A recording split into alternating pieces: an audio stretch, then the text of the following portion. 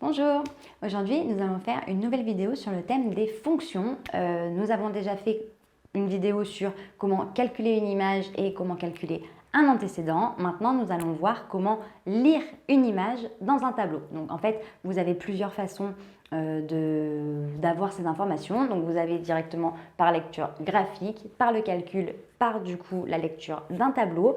Nous allons du coup voir comment est-ce que ça fonctionne. Donc voici le tableau où nous avons ici un intervalle de valeurs. Donc en fait on a les valeurs du coup de moins 4 jusqu'à 4. Donc bon, déjà on va essayer de décrypter un petit peu que signifie ce tableau et quelles sont du coup les valeurs que je croise. Donc déjà vous voyez que dans le tableau donc il y a deux lignes, un certain nombre de colonnes, mais après le nombre de colonnes en général ça varie en fonction de l'énoncé. Mais il se trouve du coup que j'ai la ligne des x et la ligne des f de x. Si vous avez vu les vidéos sur calculer une image ou calculer un antécédent, vous savez du coup que quand je calcule une image, je cherche du coup concrètement f de x. Donc en fait ici vous avez les images. Quand je cherche un antécédent, du coup je cherche pour quelle valeur de x, f de x est égale à ce nombre-là. Donc concrètement, en fait ici vous avez les antécédents. Donc là, vous avez du coup la ligne des antécédents et la ligne des images. Donc concrètement, là, on va chercher à savoir comment lire une image à l'intérieur. Donc vous avez toutes les images qui sont listées ici pour les valeurs d'une fonction que je vous mettrai directement ici. Parce qu'en fait, concrètement, vous avez, soit on vous donne directement une fonction qui est graphique, soit on vous demande de calculer une image, soit en fait on relève nous au niveau de l'énoncé les valeurs qui sont ici, mais elles viennent bien de quelque part. Elles viennent du coup d'un calcul où en fait quand j'ai calculé ma fonction, en gros on m'a donné une fonction f de x, parce qu'elle s'appelle f de x celle-ci, donc elle m'a donné une fonction f de x et quand j'ai calculé pour x est égal à moins 4, ça m'a donné moins 64, quand x était égal à moins 3, ça m'a donné moins 27, quand x était égal à moins 2, ça m'a donné moins 8, etc. jusqu'à 4. Donc en fait, on vous a épargné le calcul. Vous auriez pu également voir directement sur le graphique, parce que toute fonction a une représentation qui est graphique. Je vous la mets ici pour que vous puissiez voir à quoi est-ce qu'elle ressemble, mais concrètement, en fait, nous là, on va faire absolument sans. Enfin, lire une image dans un tableau, c'est tout simplement regarder pour quelle valeur du coup de x ma fonction vaut combien. Donc ici, si je vous dis par exemple, quelle est l'image de 1 dans mon tableau?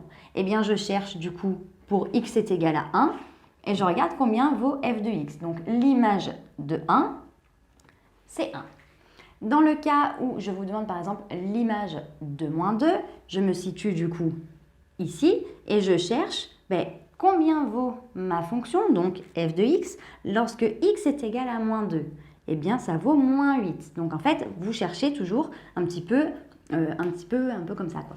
Donc, si je cherche l'image de 0, mais en fait, je me situe dans la ligne des antécédents, parce qu'en fait, si je cherche l'image de 0, ça veut dire que 0 est l'antécédent. Donc, je cherche pour l'antécédent 0, je regarde combien fait ma fonction, parce qu'en fait, ici, je suis dans la ligne des f de x, donc en fait, l'image de 0, c'est 0.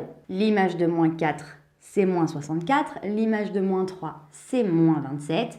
L'image de moins 2, c'est moins 8, etc. Donc concrètement, vraiment, si on vous demande l'image d'un nombre, c'est que ce fameux nombre est un antécédent. Ça veut dire que cet antécédent-là, dans le calcul, en fait, j'ai remplacé x par ce nombre-là et ça m'a donné un résultat qui est la fameuse image. Donc là, vous pouvez vous dire que ici, j'ai les antécédents et ici, j'ai les images. Parce que du coup, les images, c'est toujours f de x. Donc voilà, donc j'espère que cette vidéo vous a plu. Elle était très courte, mais en même temps, il n'y a pas énormément de choses à dire non plus. En gros, il suffit juste de savoir que x, c'est l'antécédent, que f de x, c'est l'image. Il suffit du coup de chercher, quand on vous demande l'image de moins 3, vous vous mettez à moins 3 et vous regardez qui est son image, etc., etc.